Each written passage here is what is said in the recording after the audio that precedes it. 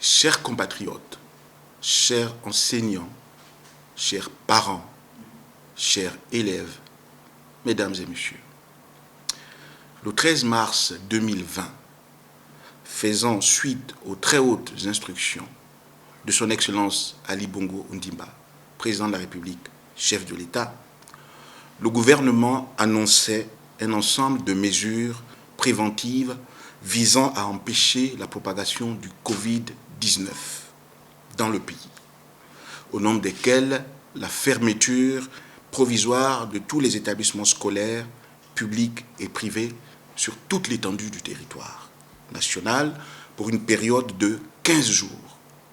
C'est dans cette optique que nous avons pris un arrêté le 14 mars 2020.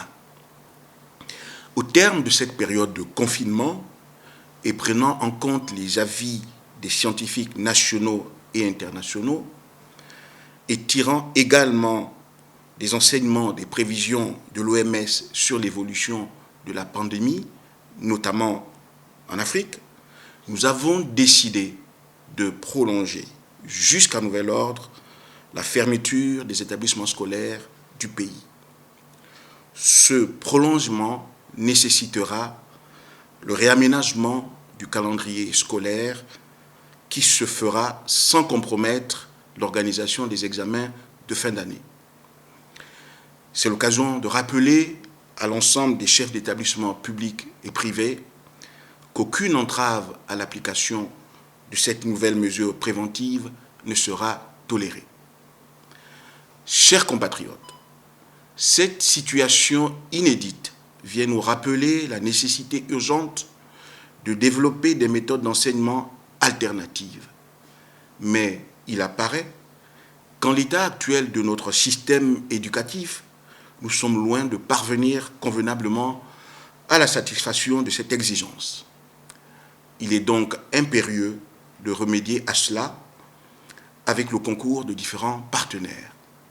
C'est dans cette optique que l'UNESCO et l'OIF, avec ses structures spécialisées, nous accompagnerons pour garantir un système d'enseignement à distance égalitaire, utilisant différents canaux de diffusion.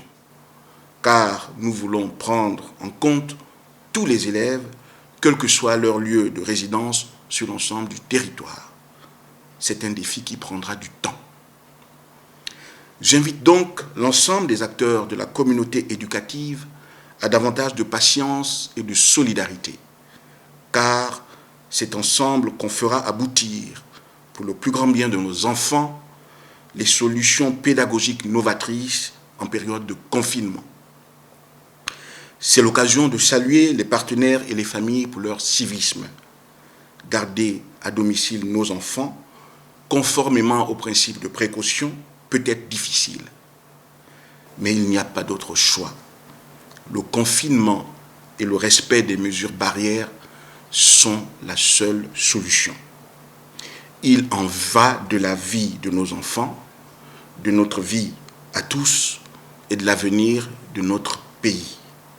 Car, n'oublions jamais, on peut rattraper des heures de cours, mais pas une vie perdue. Je vous remercie.